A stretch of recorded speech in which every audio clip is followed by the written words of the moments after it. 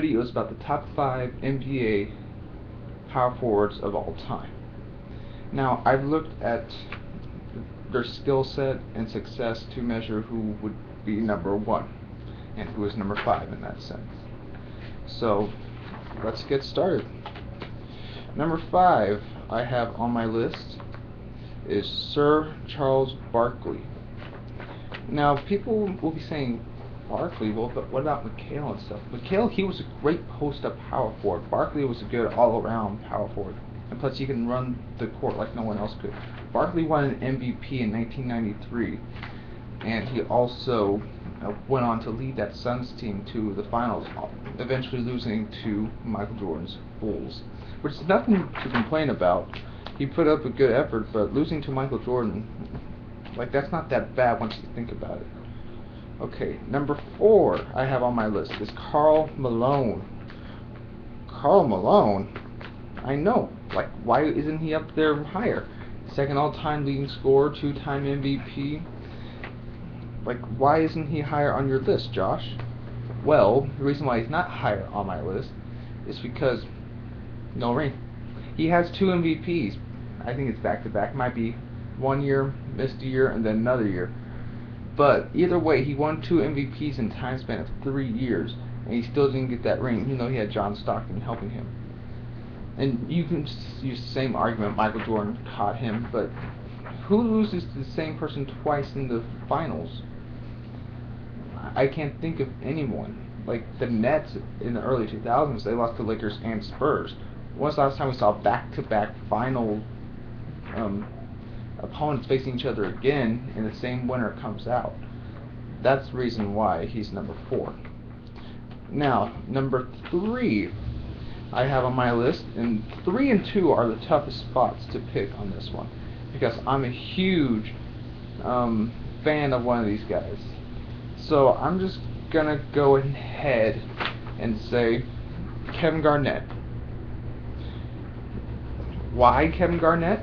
Well, let's see. He has won an MVP back in 2004. He's also won Defensive Player of the Year in 2008. He won a ring in that same year with Boston. And he's also one of the best defensive players of all time. So, Josh, why is he number 3 on this list?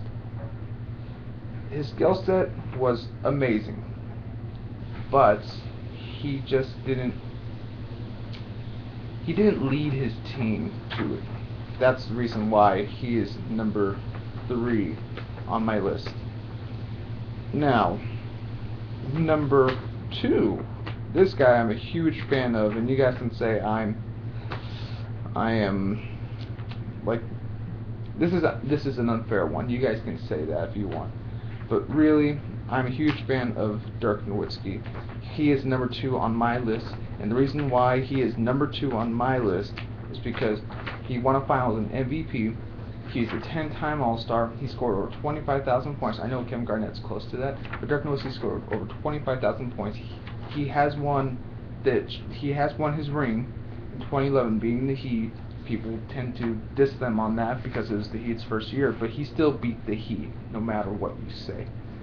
Plus, also, he won that Finals MVP. It's the Finals MVP that separates Dirk from Kevin Garnett in my mind, but they're both really close. I wouldn't be upset if anyone switched them around. If Dirk was 3 and Kevin Garnett was 2. I have no problem with that whatsoever. Now, number 1, Tim Duncan. Yes, I know, Tim Duncan. He did play center for a while, but if you ask me, most of his minutes came at power forward. Now, if that's, like, look at his career.